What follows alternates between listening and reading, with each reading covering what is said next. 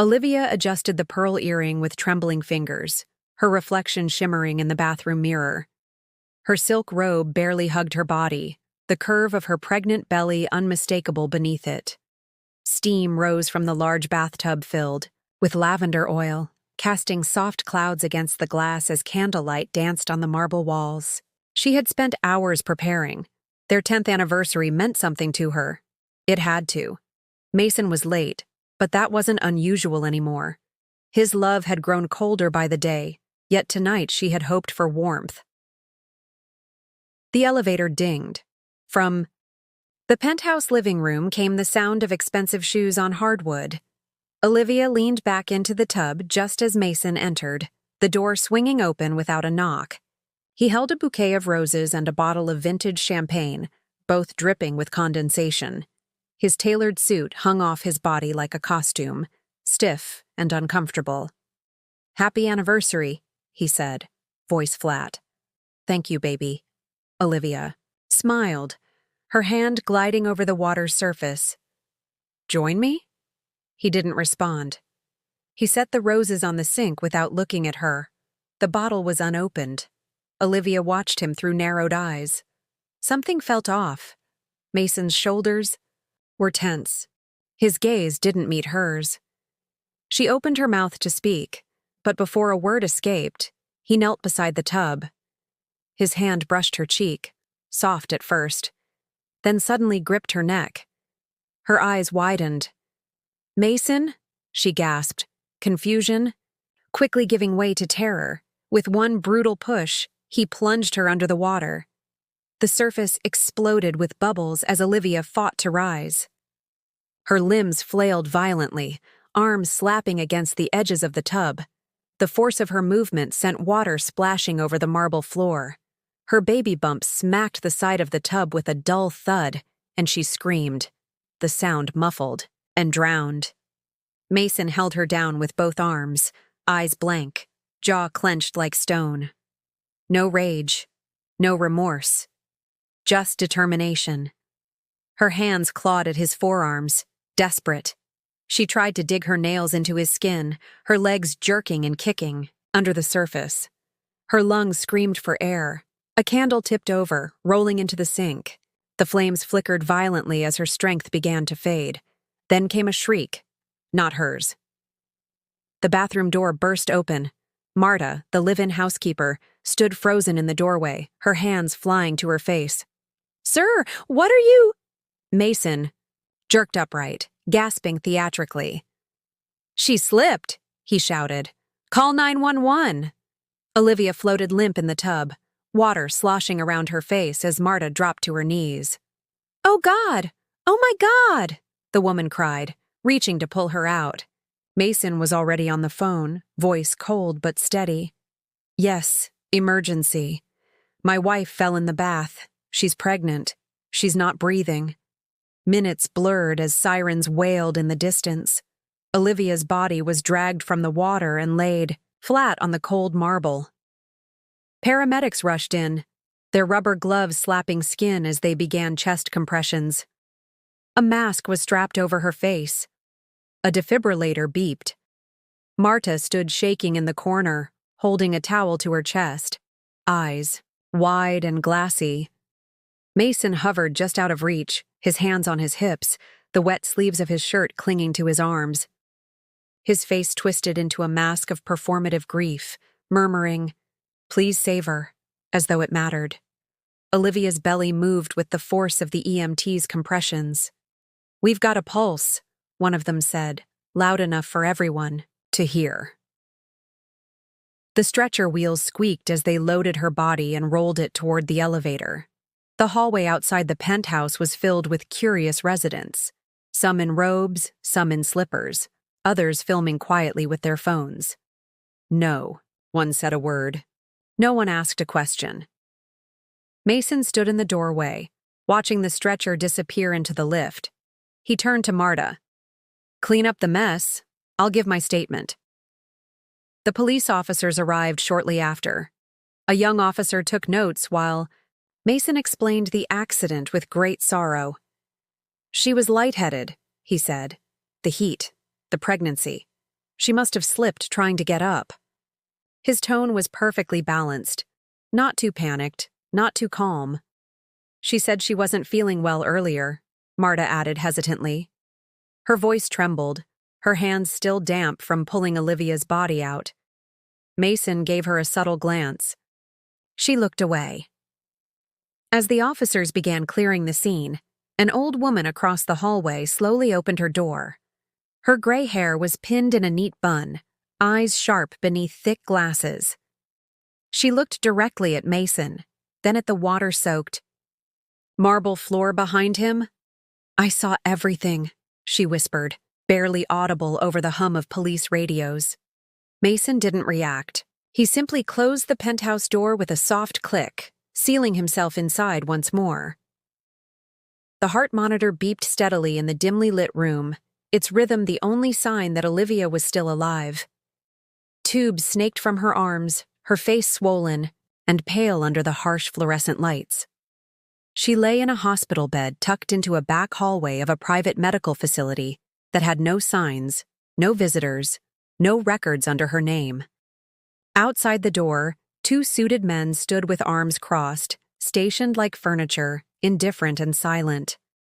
Mason had paid the hospital staff handsomely to keep her disappearance quiet. No charts, no wristband, just a ghost in a coma. Meanwhile, just 7 floors above, a different kind of performance was underway. The rooftop of Mason's corporate headquarters had been transformed into a lavish scene of mourning. Velvet ropes, chandeliers, soft violin music, and rows of white roses framed a glass urn engraved with Olivia's initials. Mason, dressed in sleek black, accepted tearful condolences from reporters and board members alike. He dabbed at dry eyes with a silk handkerchief, his voice cracking on cue as he described the tragic accident that claimed the life of my beloved wife and unborn child. Photos from the memorial flooded social media within hours. But it wasn't grief that caught attention. It was the woman standing beside him. Harper, radiant in a white dress that clung to a noticeably rounded stomach, smiled through thick lashes at the cameras. Her hand rested gently on her belly. On her ring finger gleamed the very wedding band Olivia had worn for nearly a decade. Reporters didn't ask questions. They didn't dare. Mason had already prepared the statement.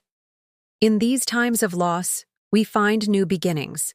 Olivia would have wanted us to keep living.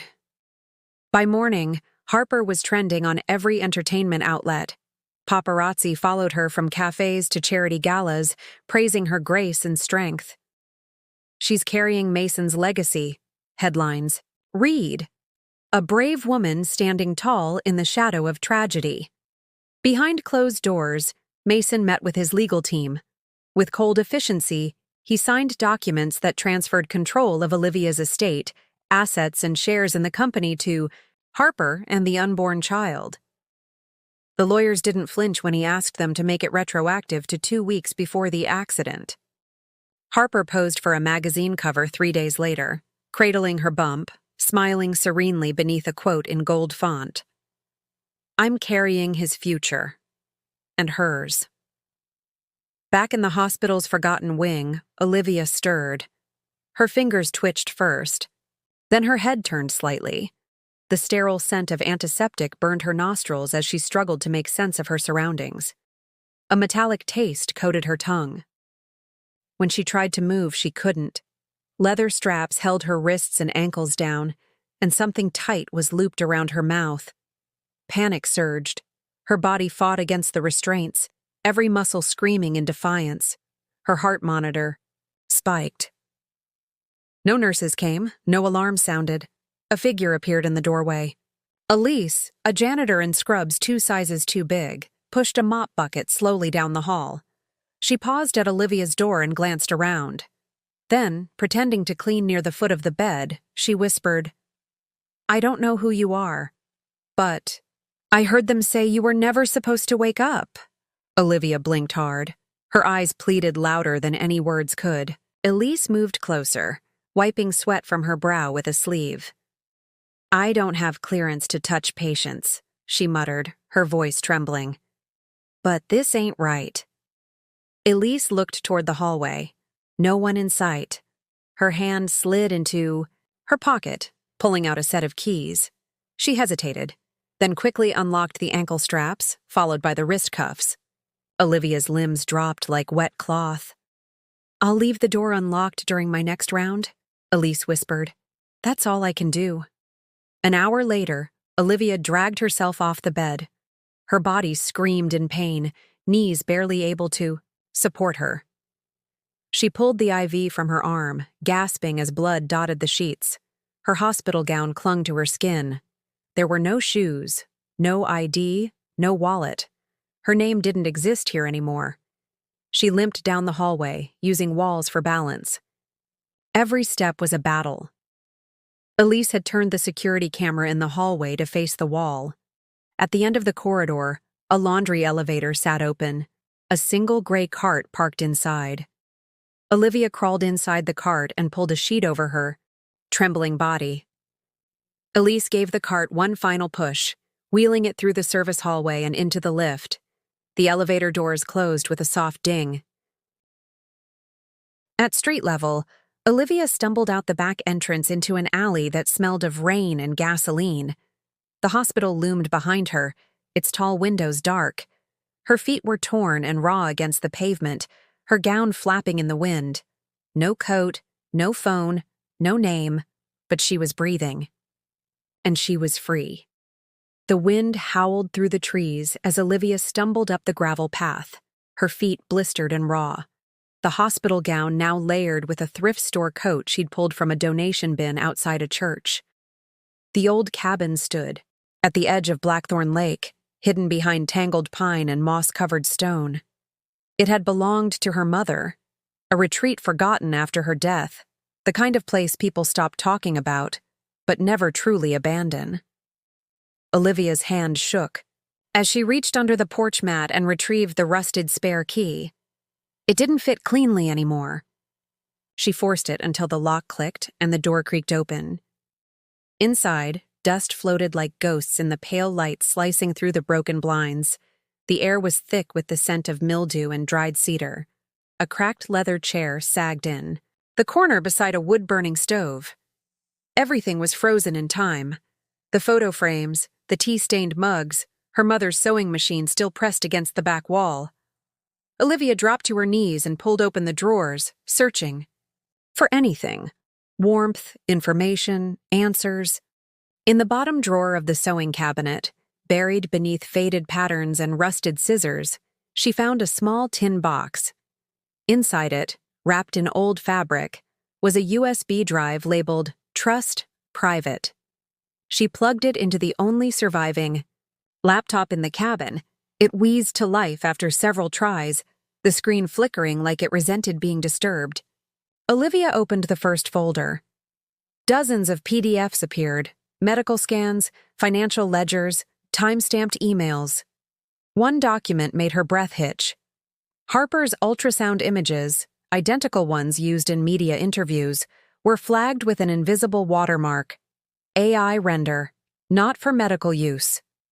Another file showed Harper's signed medical certificate issued by a clinic in Nevada that had closed 3 years ago.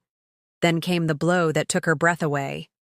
A scanned trust transfer form, signed and notarized, dated 3 months before the bathtub attack. The beneficiary line had been changed from Olivia Bennett to Harper Calloway. Olivia stared at her own forged signature, rage rising like bile in her throat. A car crunched up the path outside. Olivia scrambled to shut the laptop and grabbed the closest object she could find, a fireplace poker. The knock came 3 times. Before the door opened slowly, a man stepped in, wiping snow from his boots, then froze when he saw her. It was Ethan. She hadn't seen him since her mother's funeral. Taller now, rougher around the edges, hair grown out and beard unkempt. He looked like he'd been living just far enough off the grid to forget what clean meant. Olivia lowered the poker but didn't let go. "Why are you here?" "I check in once a month," he said. "My mom asked me to keep it from being condemned." He glanced around, eyes narrowing. What happened to you?" She didn't answer. Instead, she turned the laptop toward him and opened the folder again. "I need you to tell me this is real." Ethan moved closer, reluctantly. His fingers danced across the trackpad with practiced ease. "These files are clean. Whoever gathered them knew what they were doing. Watermarked AI scans, closed clinic dates, IP trail from Mason's private server. This isn't just real. It's intentional. I need to prove it," she said. "I need to show the world who they are." Ethan hesitated. "You're talking about going after Mason Caro, the same Mason who buried 4 lawsuits with hush money and turned a money laundering charge into a charity tax write-off?" "I'm not asking you to fight him," Olivia said. "I'm asking you to help me burn him." They spent the next 3 hours pulling files into an external drive. Ethan moved with the speed of someone used to covering trails, a former forensic auditor who'd been run out of 2 firms for digging too deep. Olivia told him everything between bites of cold canned soup, the drowning, the gag, the janitor, the escape. She left out the tears and the panic, and the hours she'd spent curled in the back of an alley wondering if she should just give up. In the final folder on the drive, Ethan found something buried deep, an audio file with a 6-digit timestamp. He hit play. Mason's voice, crisp and unmistakable, came through the static. "She's not pregnant. The baby's not real. Just get the paperwork signed before someone asks for proof." The silence afterward was deafening. Olivia's breath caught in her throat. Ethan leaned back in the chair, shaking his head. That's it. That's the nail." The room felt colder. Olivia stood slowly, walked to the window, and looked out at the lake. The same lake her mother used to say healed everything, but healing didn't feel right anymore. Vengeance did. The gate to Olivia's childhood home moaned as Ethan pushed it open, the rusted hinges grinding against years of silence. The garden was overgrown, the lawn long surrendered to weeds. Olivia pulled her hood tighter around her face. They moved quickly through the back, entering through the cellar door her father had once used to avoid guests during business dinners. The basement was just as she remembered, the concrete damp, the air thick with dust and secrets. She pointed toward the corner. "His study's locked. He never let anyone in after Mom died." Ethan found the door, solid oak reinforced with a custom keypad lock. Olivia stood beside him, remembering the combination he always used, the date of her mother's death. The lock clicked. The door creaked open. Inside, everything was perfectly preserved. Papers lay in neat stacks, leather-bound journals lined. The bookshelves and the desk sat covered in a thin sheet of dust, as if waiting for him to return. Olivia walked straight to the center drawer, pulling it open. Empty. Ethan scanned the room, then turned to the floor vent near the baseboard. He knelt and unscrewed the grate. Behind it, wrapped in plastic, was an envelope. He handed it to Olivia. She opened it with shaking fingers. Inside were old legal documents, faded copies of arrest records, and a government ID from 20 years ago. Marcus Deller, mugshot, fraud, forgery, multiple aliases, 5 criminal cases settled out of court. Mason Caro didn't exist. He was a reinvented man built on someone else's ashes. Olivia leaned against the desk, her chest tight. "He used me, used my family's name to build his empire." Ethan stood silently, jaw clenched. They didn't speak on the drive back. Olivia spent the next day tracing financial records tied to Harper's fake charity. That night, using an old contact list, she wrangled an invitation to an exclusive dinner party hosted by one of Mason's top investors. The kind of place where whispers mattered more than press releases. The venue was a rooftop lounge, slick with champagne and guarded by doormen who didn't even look twice when she flashed a borrowed badge. Inside, the room buzzed with polite laughter and violin music. Olivia spotted her near the terrace. Tessa, her former best friend, now dressed in designer clothes and heels that sparkled in the city lights. Tessa's laughter was louder than the rest, and her name was being mentioned as Mason's most trusted executive. Olivia waited until dessert. She walked up calmly, her short hair tucked behind her ears, a silk scarf hiding the bruises that still hadn't faded. Tessa turned mid-sentence and nearly dropped her glass. "Liv?" she choked. "Is that really? You're stealing from me," Olivia said, quiet but sharp. She handed her a folder. Inside were printed bank transfers, signed approvals, and corporate registrations with Tessa's name linking her to Harper's Shell Company.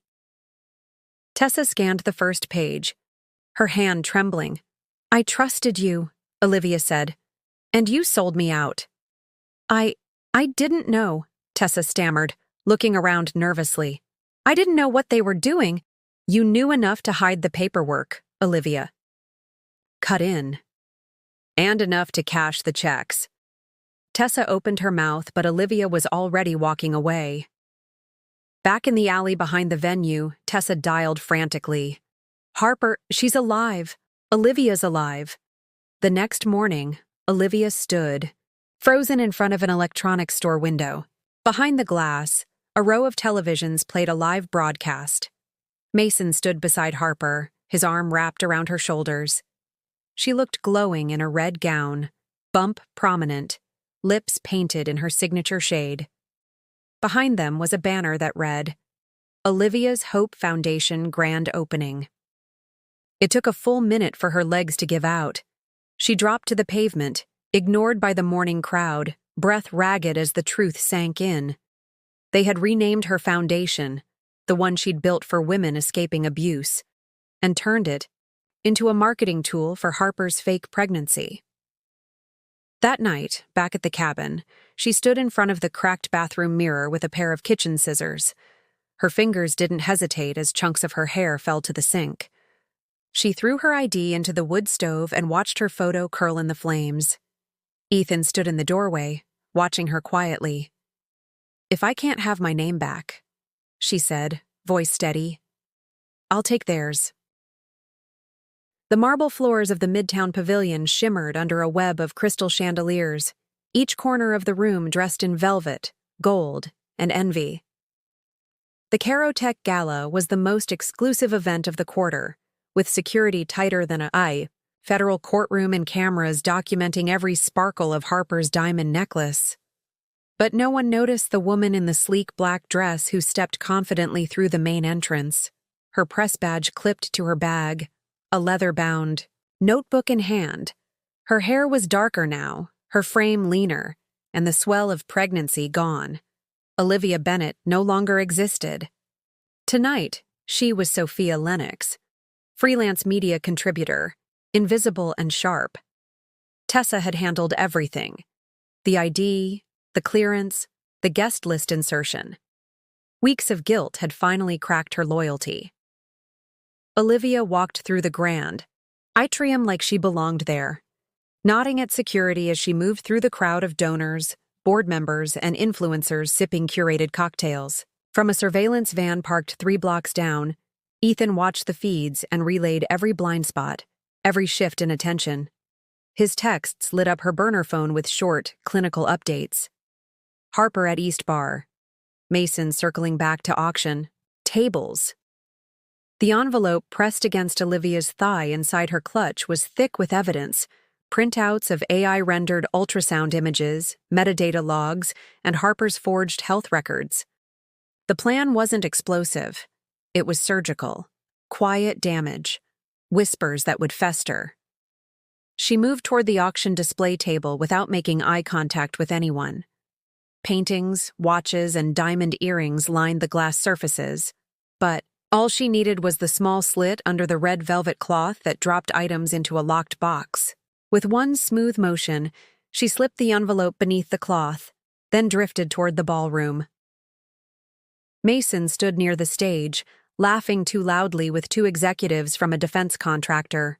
His tux was immaculate, smile rehearsed, but there was something frayed at the edges, a man who had started to feel the floor shift. Olivia walked past him, not stopping, not looking.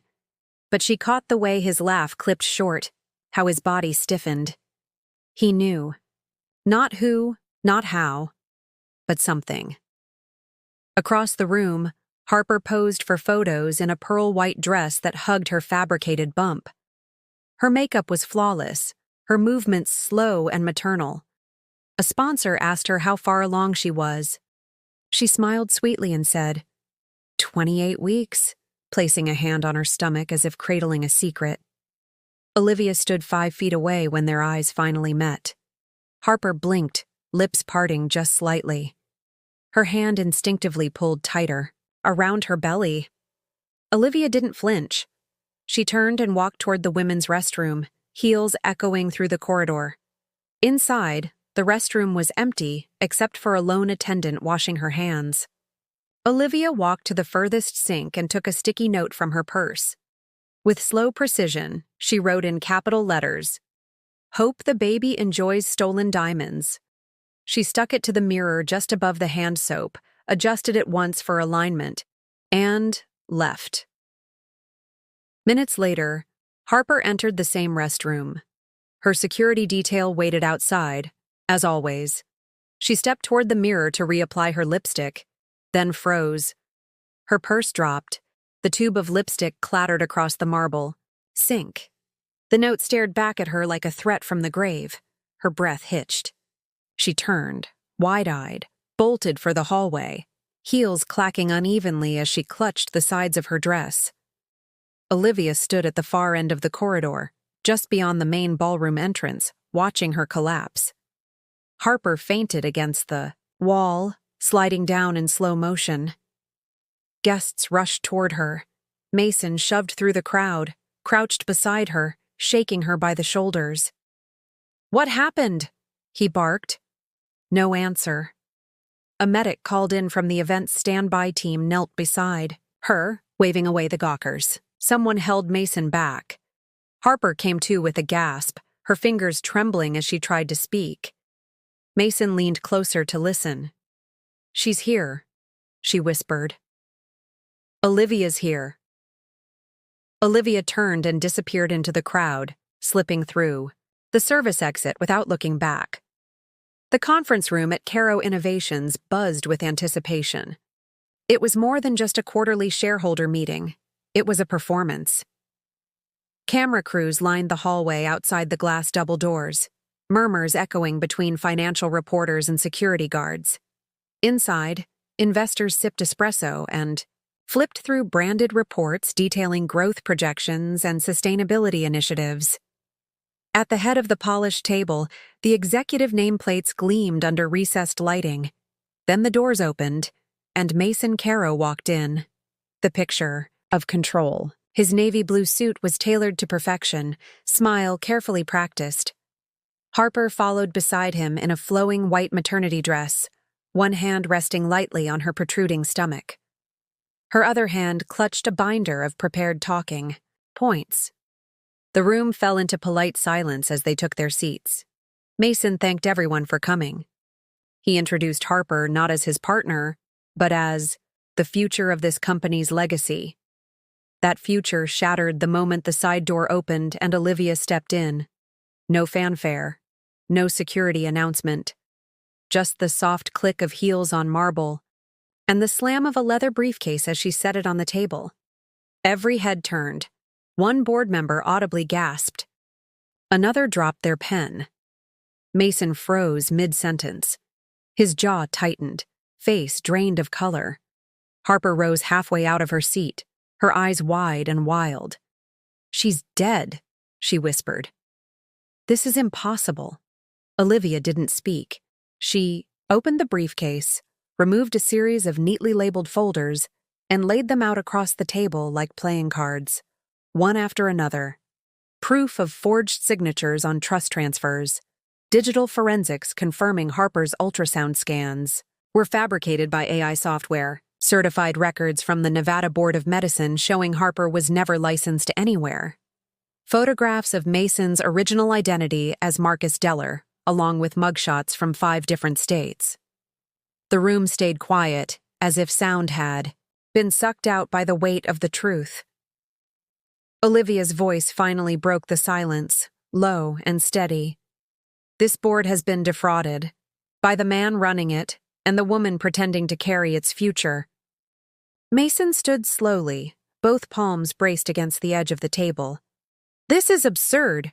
She's a disturbed woman. She was in a hospital. She's making all of this up. I was in a hospital, Olivia replied, because you put me there. The conference phone speaker on the table crackled to life. Ethan's voice filtered through.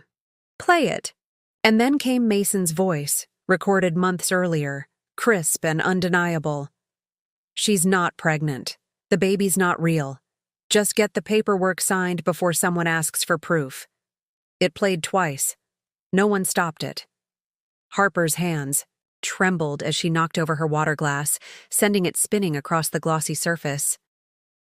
You said you deleted that, she screamed at Mason. Mason didn't respond. His eyes scanned the exits. Olivia noticed the twitch in his jaw, the same one he had right before he attacked her. Harper turned, rage overtaking fear, and lunged across the table. Her hands clawed toward Olivia, who stepped back without flinching. Security guards rushed in, grabbing Harper mid-swing. Her dress twisted as she kicked and screamed, one shoe flying off as she yelled, "She's ruining everything!"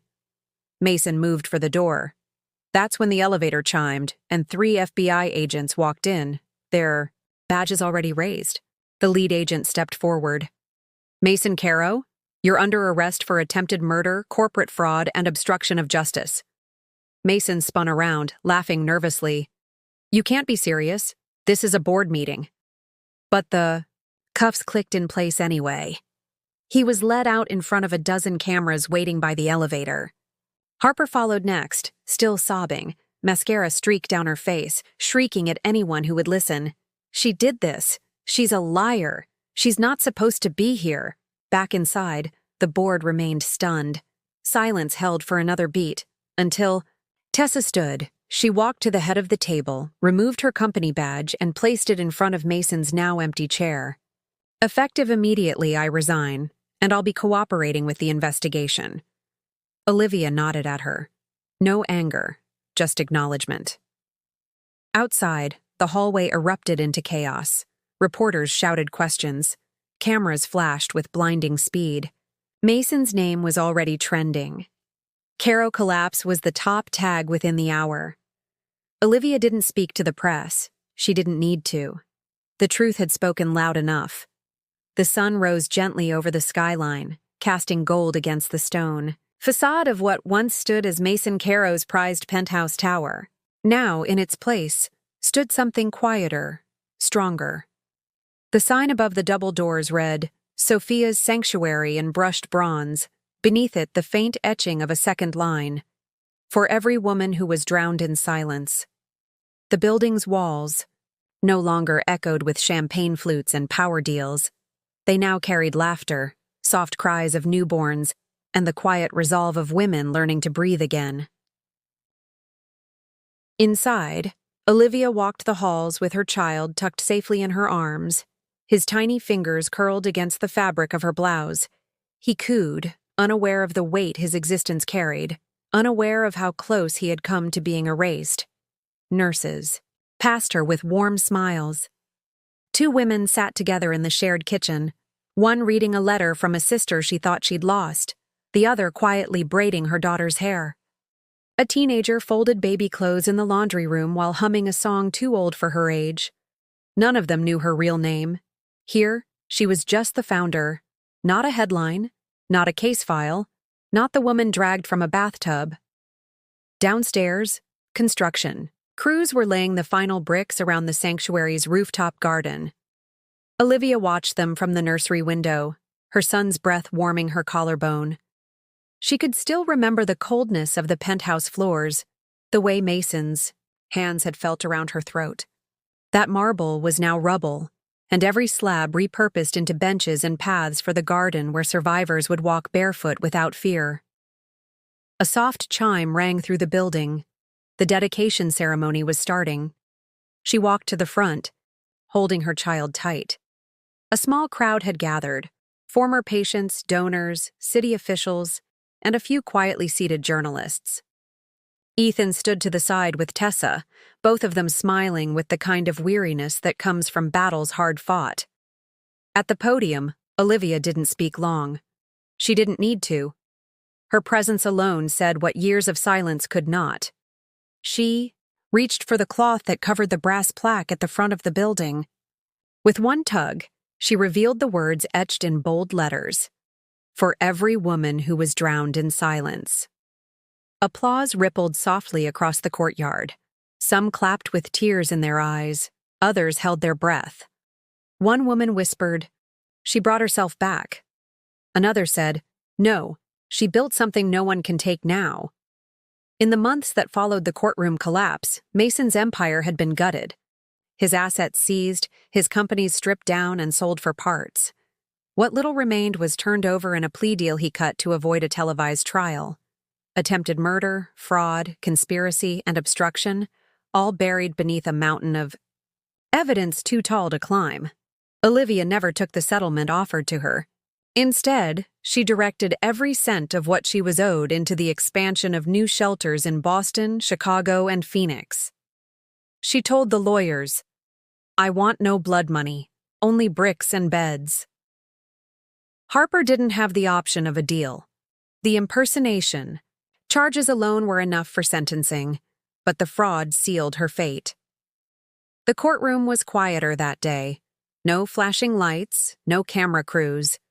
Olivia sat in the gallery, a simple coat over her shoulders, baby in tow. Harper didn't look at her. Couldn't. Her face, once flawless and feared, was now hollow and resigned. She was sentenced to federal time without parole. There was no applause. Just the rustle of papers, a few coughs, and the sound of Olivia's baby laughing at something only he could see. Outside the courthouse, a small group of women waited, some survivors from Olivia's old foundation, some from shelters that bore her fingerprints. They didn't ask for pictures. One simply stepped forward and said, "You're the reason I made it out." Olivia smiled, nodded, and held her son a little closer. Weeks later, back at Sophia's sanctuary, Olivia stood in the rooftop garden just as dusk painted the sky in streaks of purple and ash. Her son ran ahead of her, squealing as he chased, the petals blowing from the flower beds. The city below pulsed with the usual rush of traffic and noise, but up here it was calm, peaceful. She closed her eyes, the breeze brushing her skin, the air no longer thick with memory, but alive with growth. And in that moment, with laughter echoing against the garden walls, a quiet voice spoke, not from the rooftop, not from the city, but from deep within the closing scene. They tried to drown her in silence, but she rose with the truth no one could wash away. If this story moved you, hit subscribe and stay with us for more.